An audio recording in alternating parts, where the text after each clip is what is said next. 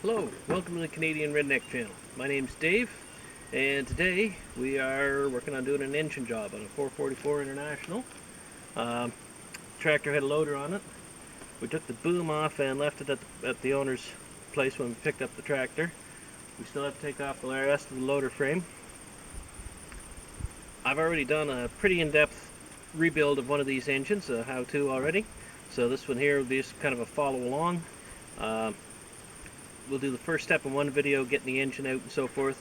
If there's anything in particular that you really want to see, leave in the comment section below, and I'll see if I can get that on camera, what you're looking for. For now, carry along and see how we make out.